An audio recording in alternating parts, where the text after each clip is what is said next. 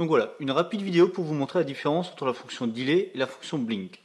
Donc ce qu'on va faire, c'est qu'on va alimenter une LED qui sera toujours branchée sur la borne 13 et qui sera dans un premier temps cadencée par la fonction blink avec le delay et dans un deuxième temps avec la fonction blink mais sans le delay, donc avec la fonction milice. Et en parallèle de ça, on va brancher une autre LED qui sera commandée de manière instantanée par un bouton poussoir.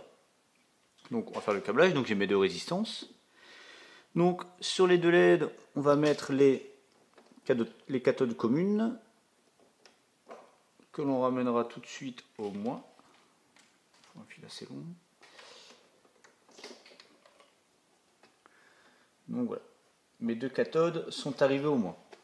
Donc nous avions dit qu'il y avait une des deux LED qui serait pilotée par la borne 13.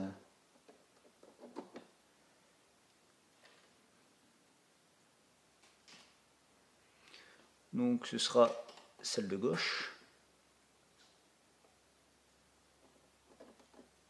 Et la deuxième qui sera pilotée par la borne 12. Donc, toujours via une résistance de valeur supérieure à 220 ohms. Et ce sera la LED de droite. Donc les deux LED sont câblés. Maintenant nous allons câbler le BP, donc on lui met une résistance de tirage interne, résistance de pull-up en interne. Donc nous allons lui ramener du moins pour le piloter. Donc à l'entrée du BP, nous ramenons du moins. Et à la sortie du BP, nous allons à la borne 11. Donc je vais inverser le signal dans le programme pour que lorsque l'on appuie sur le BP, la LED s'allume.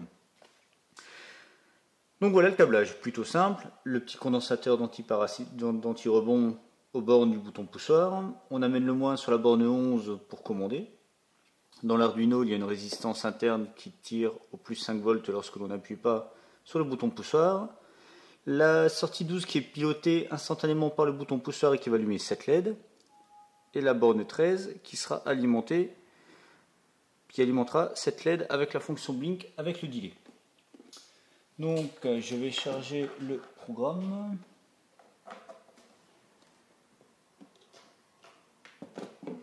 Là.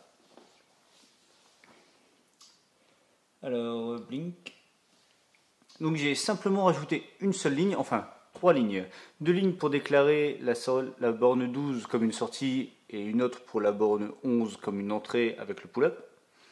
Une troisième ligne au début du loop qui dit que voilà, si j'appuie sur le bouton, j'allume la LED.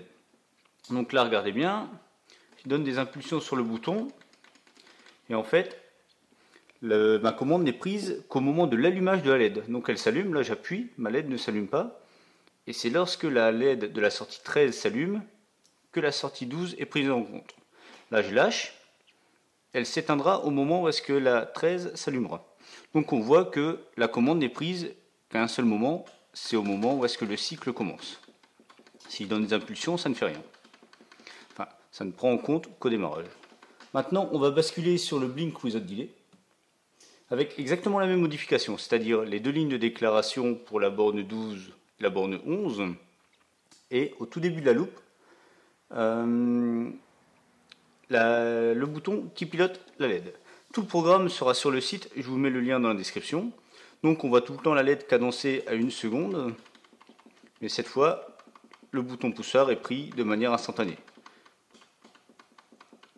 Donc vous voyez la différence flagrante entre le delay et le blink without delay.